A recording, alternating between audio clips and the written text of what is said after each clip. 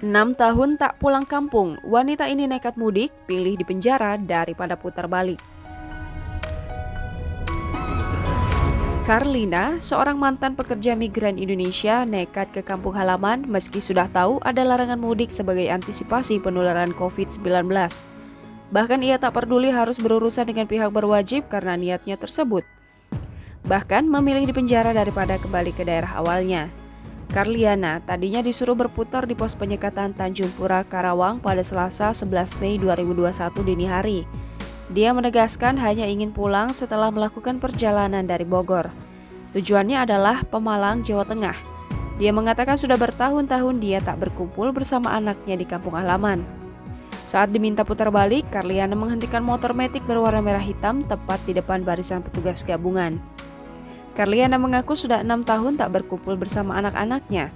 Tahun lalu, ia baru saja pulang dari Taiwan. Meski sempat emosi dan beradu argumen, Carliana kemudian bersedia diajak menepi dan ditenangkan.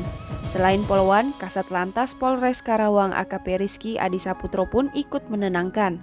Kepada Rizky, Carliana menceritakan alasan dia mengotot ingin mudik. Dengan berbagai pertimbangan, Carliana akhirnya diizinkan melanjutkan perjalanan secara lisan.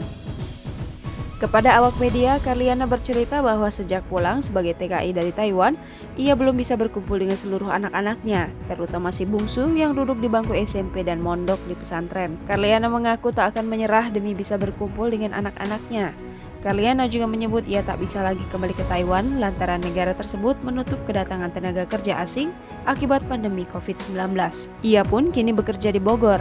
Apesnya, kata Carliana, kartu ATM dari satu bank di Taiwan miliknya terblokir. Untuk memulihkannya, Carliana harus kembali ke negara itu.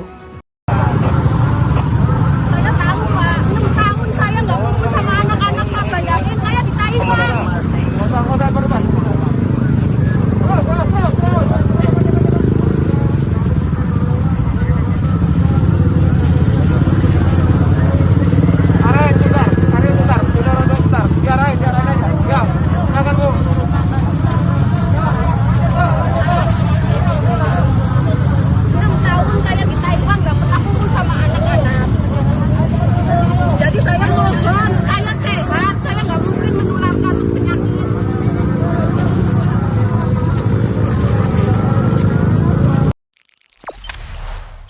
Jangan lupa subscribe, share, komen, dan like ya!